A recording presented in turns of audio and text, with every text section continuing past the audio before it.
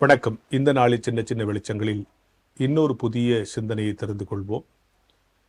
கடவுளினுடைய கிருபையை பெற வேண்டும் என்று நாம் எல்லோரும் ஆசிக்கிறோம். கடவுளே, உம்முடைய கிருபை எனக்கு வேணும்னு கேட்குறோம். கடவுள் எல்லாருக்குமான கிருபையை கொடுக்கிறார். அதில் எந்த மாற்று கருத்தும் இல்லை. ஆனால் கிருபை என்பதை குறித்து நம்முடைய புரிதல் என்ன அப்படின்னு சொன்னால், இப்போ நமக்கு ஒரு நல்ல வேலை கொடுத்துருக்காரு, நல்ல வசதி கொடுத்துருக்காரு, இதெல்லாம் என்னுடைய கிருபை. எனக்கு உலக பிரகாரமாக கொடுத்திருக்கிற வசதி வாய்ப்புகள், பேர் புகழ்கள், செல்வம் செல்வாக்குகள், இவைகளெல்லாம் கிருபை என்ற அடிப்படையில் நாம் எடுத்துக்கிறோம். ஆனால் கடவுளுடைய கிருபை என்பது என்ன? இப்போ ஆதாம் பாவம் செஞ்சான்ல, பாவம் செஞ்ச உடனே அங்கே சாவலை. ஆனால் பாவம் செஞ்ச அந்த நிமிடமே அவனுக்கு ஆத்தும மரணம் வந்துவிட்டது, சரீர மரணம் வரலை. இன்றைக்கு பிறக்கிற எல்லா மனிதர்களும் நாம் தேவ சாயலாக படைக்கப்பட்டிருந்தாலும் தேவனுடைய பிள்ளைகளாக நாம் பிறப்பதில்லை. பாவம் என்கிற அந்த பூர்வ ஜென்ம பாவத்தோடு தான் நாம் பிறக்கிறோம். அப்படி பிறந்த நம்மை மீண்டும் அவருடைய பிள்ளையாக்கி அந்த பாவனை கடவுள் கொடுக்கிறார். ஒருவேளை பாவம் செஞ்ச அன்னைக்கே ஆதாமும் செத்து போயிருந்தா, அது ஆத்ம மரணம் வந்த அன்னைக்கே சரீர மரணமும் வந்திருந்தால் அவன் நித்திய மரணத்திற்குள் போய்விடுவான் இல்லையா?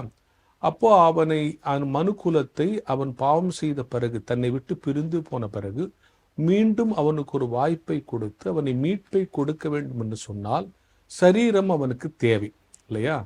அப்போ சரீரம் கொஞ்ச நாள் வாழ்ந்து அந்த ஆத்தும மரணத்தை அவன் விழுந்ததை உணர்ந்து, ஒருவேளை அன்னைக்கே சரீர மரணம் வந்தால் ஏது செத்தோன்னு தெரியாமல் செத்துருப்பான். அப்போ ஆத்தும மரணத்திலிருந்து அவனை மீட்டு அவனை ரட்சிக்க வேண்டும் என்பது கடவுளுடைய திட்டம்.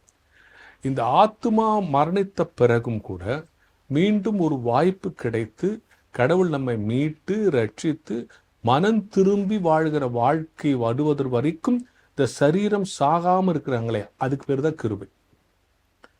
அப்போ என்னுடைய ஆத்ம மரணம் நிகழ்ந்த பிறகு நான் அப்படியே போயிடாம மீண்டும் எனக்கு ஒரு வாய்ப்பு கொடுத்து கடவுள் தன்னுடைய பிள்ளையா இணைத்து கொள்வதற்கு சரீர மரணம், அதற்குள்ள சரீர மரணம் வந்துட்டா அது மிகப்பெரிய துர்பாக்கியமான நிலை. ஆத்து மரணத்தில் நான் மீண்டு வருகிற வரைக்கும் எனக்கு சரீர மரணம் வராமல் என்னை காப்பாற்றுகிறது. அது ஒரு மிகப்பெரிய கிருபை. இந்த கிருபை எல்லாருக்கும் பொதுவானது இல்லையா? ஏன்னா நம்ம எல்லாரும் பிறக்கும் போதே பாவ மனிதர்களாக தான் பிறக்கிறோம். ஆனால் தான் திருச்சபை அவருடைய சிலுவையின் அடையாளத்தை கொடுத்து உன்னை மீண்டும் சேர்த்துக்குது. எப்பா, ஏதேன் தோட்டத்தினுடைய நிகழ்வினால நம்ம எல்லாரும் அவருடைய அன்பை விட்டு விலகி போயிட்டோம். திருப்பி அகேன் சேருவதற்கான ஒரு வாய்ப்பை கடவுள் இயேசு கிறிஸ்து மூலம் உருவாக்கி கொடுத்திருக்கிறார். அந்த வாய்ப்பை நீ பெற்றுக்கொள்ளுகிற வரை, பெற்றுக்கொள்ள வேண்டும் என்று திருச்சபை உனக்கு பயிற்சி வைக்கிறது. பெற்றுக்கொள்வதற்கு முன்னால் உனக்கு சரீர மரணம் வராமல் பாதுகாத்துக் கொள்ளுகிறாரே, அதுக்கு பேர் தான் கிருபை. எனவே எத்தனையோ கிருபை இருந்தாலும் கடவுளே, என் ஆத்துமாவை நான் இழந்து போயிருந்தால் அந்த ஆத்துமாவை மீண்டும் மனம் திரும்பி ரட்சிப்புக்குள் நடத்துகிறவரே, எனக்கு சரீர மரணம் வராமல் என்னை பாதுகாக்கிறீரே, அந்த மாபெரிய கிருபையை கடவுள் நமக்கு கொடுத்திருக்கிறார். சின்ன சின்ன விஷயங்களை கிருபைன்னு சொன்னாலும் இந்த காமன் கிருபை அல்லது இந்த பெரிய கிருபை எல்லா மனிதருக்கும் பொதுவானது. கிறிஸ்தவங்களுக்கு மட்டும் இல்லை, எல்லா மனிதர்களுக்கும் பொதுவானது.